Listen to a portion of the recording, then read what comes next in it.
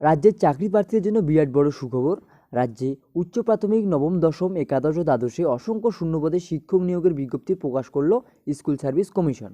তবে এবার একাধিক নিয়ম পরিবর্তন করেছে এসএসসি।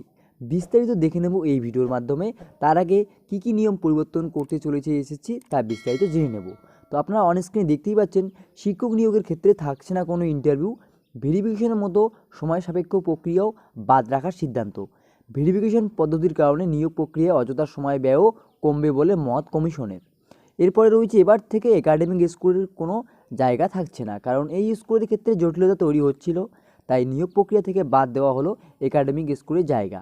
এরপরে রয়েছে টিচার এলিজিবিলিটি টেস্ট, অর্থাৎ টেট বা এবং প্রিলিমিনারি টেস্ট, এই দুটির উপর নির্ভর করেই হবে শিক্ষক নিয়োগ। তার সঙ্গে হবে ইংরেজি এবং যে মাধ্যমের স্কুলে শিক্ষকতা করবেন সেই প্রার্থী সেই মাধ্যমের উপর পরীক্ষা। ইংরেজি এবং সংশ্লিষ্ট মাধ্যমের পরীক্ষার জন্য 100 নম্বর বরাদ্দ থাকবে। এটার গুরুত্ব থাকবে 100 নম্বরের এবং প্রিলিমিনারি টেস্টের গুরুত্ব থাকবে 100 নম্বরের, অর্থাৎ মোট 300 নম্বরের নিরিখে পরীক্ষা হবে শিক্ষক নিয়োগের। এরপরে রয়েছে, যত সংখ্যক শূন্যপদ থাকবে তত সংখ্যক নামের মেধা তালিকা প্রকাশ করা হবে। কোনো ওয়েটিং লিস্ট এবার থাকবে না। বিধিতে বলা হয়েছে, রাজ্য সরকারের সঙ্গে পরামর্শ করেই শিক্ষক নিয়োগ প্রক্রিয়া করবে স্কুল সার্ভিস কমিশন।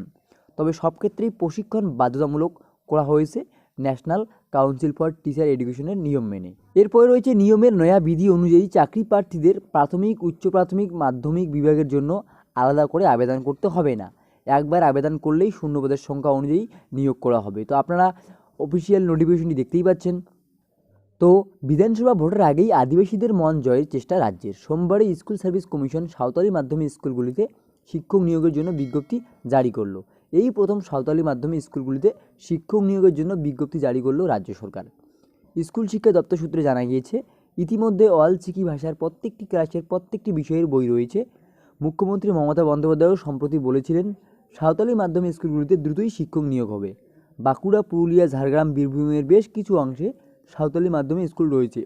স্কুল শিক্ষা দপ্তর সূত্রে জানা গিয়েছে, প্রায় 500টির মতো শূন্য পদে রয়েছে সাঁওতালি মাধ্যমিক স্কুলগুলিতে।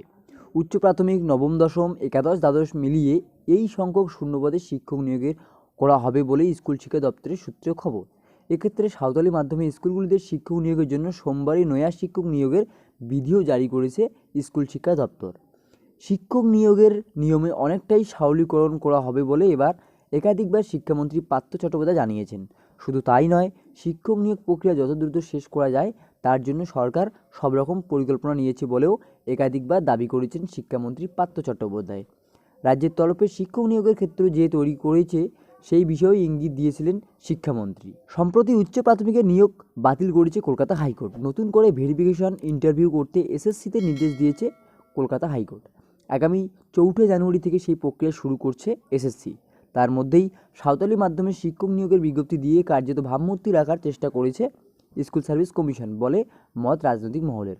তবে সাঁওতালি মাধ্যমের শিক্ষক নিয়োগ প্রক্রিয়া মার্চের মধ্যেই শেষ করতে চাইছে এসএসসি। অর্থাৎ রাজ্যের সাঁওতালি স্কুলে 500 শূন্যপদে শিক্ষক নিয়োগের অফিসিয়াল বিজ্ঞপ্তি প্রকাশ করে দিয়েছে এসএসসি। এবার নিয়োগের ক্ষেত্রে একাধিক নিয়ম কিন্তু পরিবর্তন করতে চলেছে এসএসসি।